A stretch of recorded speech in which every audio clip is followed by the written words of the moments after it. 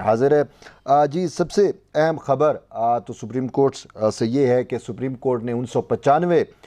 में बेनज़ीर की हुकूमत गिराने की साजिश में मुलव्वस 2 फ़ौजी अफसरान की अपीलें जो हैं वो ख़ारिज कर दी हैं और सज़ाएँ जो हैं उनकी बरकरार रखी हैं। ये बेसिकली मोहम्मद आज़ाद मिनास और अनायतुल्ला की जानिब से जो है वो सुप्रीम कोर्ट से रजू किया गया था 2016 में, और इससे कबल इन्होंने लाहौर हाई कोर्ट से रजू किया। लाहौर हाई कोर्ट ने जो है वो मिलिट्री कोर्ट की सज़ा को बरकरार रखा था और अब सुप्रीम कोर्ट ने भी बरकरार रखा है। तो इनका बेसिकली मिलिट्री कोर्ट में ट्रायल किया गया था और मिलिट्री कोर्ट ने इनको सज़ा दे दी थी। एक को 2 साल की सज़ा दी, एक को 4 साल की सज़ा दी और इनकी पेंशन मराहत वगैरह सारी चीज़ें जो हैं वो ज़ब्त कर ली और इवन के क्रिमिनल कार्रवाई जो है वो इनके ख़िलाफ़ अमल में लाई गई थी। तो इनके ऊपर इल्ज़ाम ये था कि इन्होंने जो है वो बीबी शहीद की हुकूमत गिराने के लिए गिराने से मुतल्लिक जो है इनको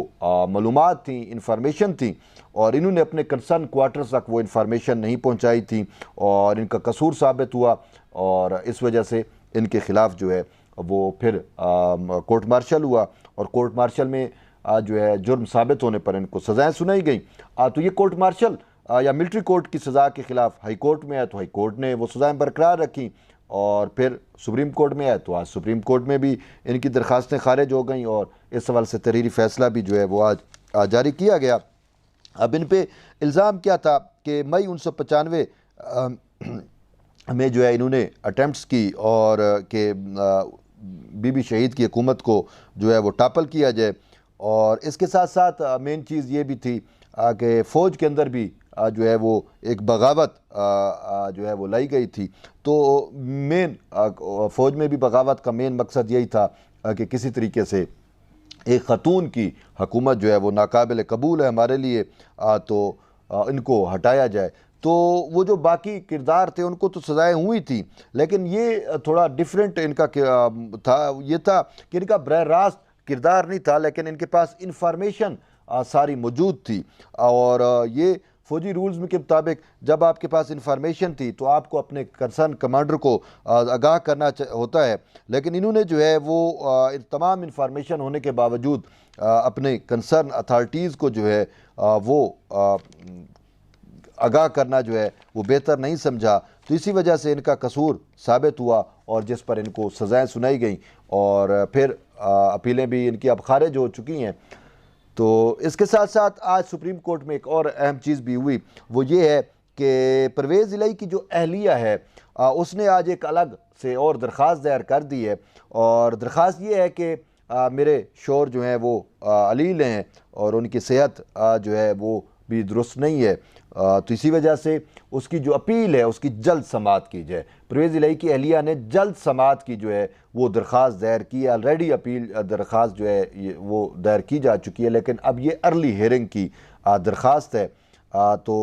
उसका ये है कि एज़ सून एज़ पॉसिबल जो है इस मामले को फ़िक्स किया जाए, इसकी समाअत की जाए।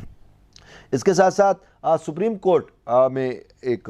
चीफ जस्टिस उमर अता बंदयाल की रिटायरमेंट जो है उसकी भी तैयारियां ज़ोर शोर पे हैं और हैंड ओवर टेकिंग ओवर भी शायद कहीं ना कहीं चल रही है। लेकिन बात यह है कि चीफ जस्टिस उमर अता बंदयाल जो ख़ुद को नागुज़ीर समझते थे, आज उनको एहसास हो गया कि वाकई नागुज़ीरियत जो है वो एक बहुत बड़ा धोखा है, किसी को हमेशा के लिए नहीं रहना होता। तो इसी वजह से कहा जाता है कि जब आपको इक़्तिदार मिले, जब आपको इख्तियार मिले, आप अपने इक़्तिदार को, अपने इख्तियार को जो है वो अवाम की बेहतरी के लिए इस्तेमाल करो। लेकिन यहाँ पे चीफ जस्टिस उमर अता बंदयाल जो है वो ख़ुद को आमिर बना के बैठ गए थे और ये मैं नहीं कह रहा बल्कि ख़ुद इनके अपने मोअज़्ज़ज़ जज जस्टिस मंसूर अली शाह ने चीफ जस्टिस उमर अता बंदयाल के बारे में ये अल्फाज इस्तेमाल किए और उनके बारे में ये कहा कि ये वन मैन शो है, ये मुतलकुल अनान बना हुआ है। और हमने देखा भी सही कि इन्होंने अपने तौर के ऊपर जो है वो सुप्रीम कोर्ट का जो जजेस के दरमियान कन्फ्लिक्ट है उसको इसने मज़ीद हवा दी और ख़ुद चीफ जस्टिस उमर अता बंदयाल के बेहतरीन ऐसे फ़ैसले थे जिसकी वजह से इससे सुप्रीम कोर्ट के जजेस दूर होते गए और आज वो दूरी इस नहज पे आ चुकी है कि चीफ जस्टिस उमर अता बंदयाल को बाइज़्ज़त رخصتی جو ہے وہ نہیں مل رہی۔ یہ ہم نے دیکھا، یہ سپریم کورٹ کی روایات میں ہے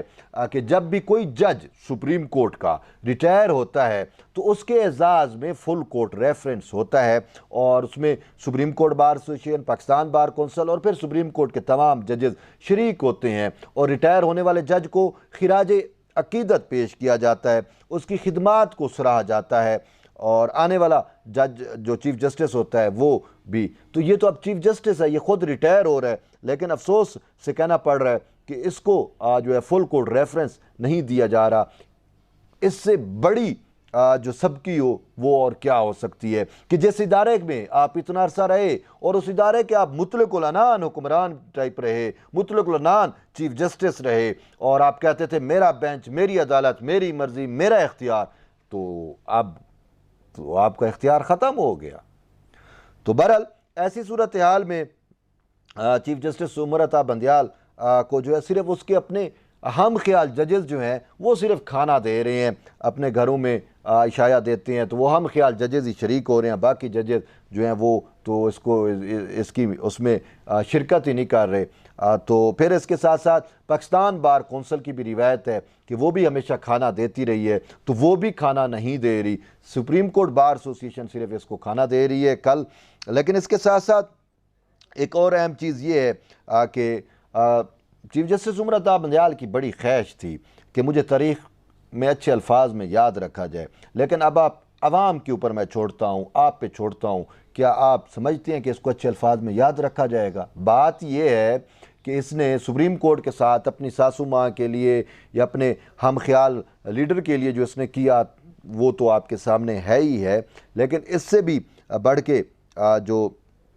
چیزیں ہیں ہمیں ان کو بھی ملحوظ خاطر جو ہے وہ رکھنا چاہیے، کیونکہ اس نے سپریم کورٹ کی روایات، سپریم کورٹ اپنا آئین، قانون اور پھر پارلیمان کی سپرمیسی سب کو داؤ پہ لگایا، لیکن پھر بھی اس کی خواہش یہ تھی کہ جی مجھے اچھے الفاظ میں یاد رکھا جائے۔ اس نے متعدد مرتبہ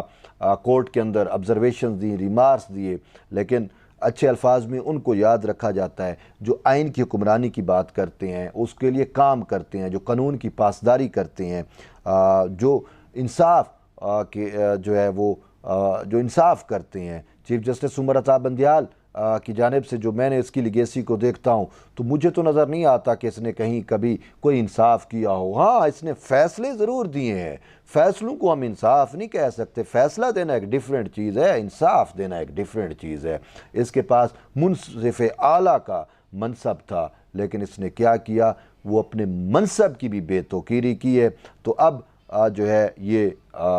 ٹک ٹک ٹک ٹک چل رہی ہے اور وقت اس کا گنا جا چکا ہے، اور 16 سپٹمبر لاسٹ ورکنگ ڈے ہے اس کا۔ آج 12، 13، 14، 15 یہ 3-4 دن ہی تو رہ گئے ہیں، تو بہرحال اس نے جو ہے وہ اب ماضی کا حصہ ہو جانا ہے، اور سچ کہہ رہے ہیں لوگ کہ یہ تاریخ کے کوڑا دان کی نظر ہوگا۔ بہرحال یہ تو اپڈیٹ تھی سپریم کورٹ سے جڑی ہوئی۔ ایٹ دی اینڈ یہی ہے کہ جڑے رہیے طیب لوگ۔